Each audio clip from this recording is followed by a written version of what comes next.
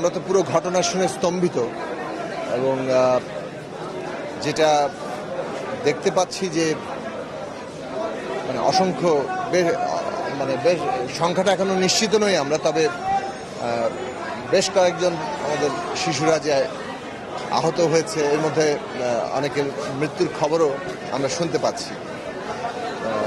কেউ কেউ বেশ উল্লেখযোগ্য সংখ্যক তাদের শরীরে অংশ পুড়ে গেছে।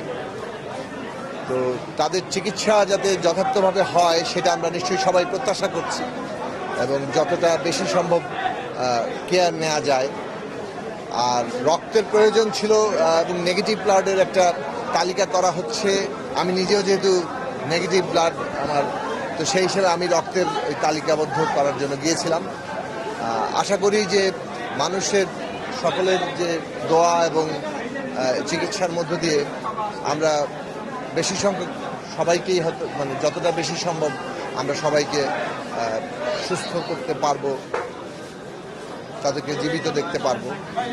আমরা গভীরভাবে আমাদের সহানুভূতি, আমাদের প্রার্থনা, আমাদের দোয়া আমরা সেই সব শিশুদের জন্য, তাদের শিক্ষকদের জন্য, পরিবারের সদস্যদের জন্য আন্তরিক আমাদের সমব্যথা জানাই। আমরা তাদের পাশে আছি। এইরকম একটি ঘটনা ঘটেছে, এগুলোর নিশ্চয়ই ভবিষ্যতে তদন্ত হবে। আমরা আশা করব যে এই ধরনের বিষয়গুলোর যথাযথ তদন্তের মাধ্যমে এই ঘটনাগুলোর একটা প্রতিকারের চিন্তা নিশ্চয়ই করব। কিন্তু এটা সার্বিকভাবে আমরা দুঃখজনক একটা ঘটনা এবং আমরা পরিবারের পাশে আছি এবং এই শিশুদের অবিলম্বে যতটা দ্রুত তাদের সুস্থতা সম্ভব সেটা কামনা করি। যে পরিস্থিতি সেটি ভাষা প্রকাশ করার মতো নয়। যেহেতু মানুষকে নিয়ে এই রাজনীতি, তা আমাদের সন্তানরা এমন একটা অনাকাঙ্ক্ষিত মর্মান্তিক দুর্ঘটনায় নিপতিত হয়েছে যেটি আমাদেরকে স্বাভাবিকভাবে অত্যন্ত শোকাহত করেছে।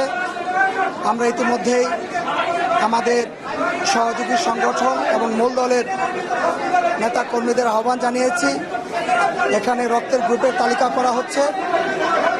বার্ন ইনস্টিটিউট, উত্তরা আধুনিক হাসপাতাল সহ যে যে হাসপাতালগুলিতে আমাদের সন্তানরা চিকিৎসাধীন, জীবন মরণ সংকট, সেই হাসপাতালগুলিতে আমাদের নেতাকর্মীরা যাবেন। আমরা ইতিমধ্যেই তাদের আহ্বান জানিয়েছি।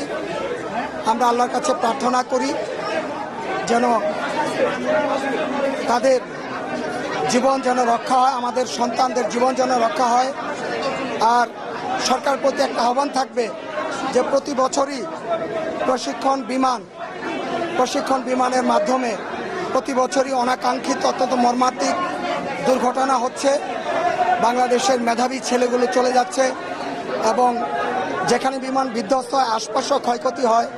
তো এবছরের ক্ষয়ক্ষতিটা অত্যন্ত বেশি। আপনারা সবাই দোয়া করবেন, দেশবাসীর কাছে দোয়া চাই যাতে জীবনগুলি রক্ষা পায়।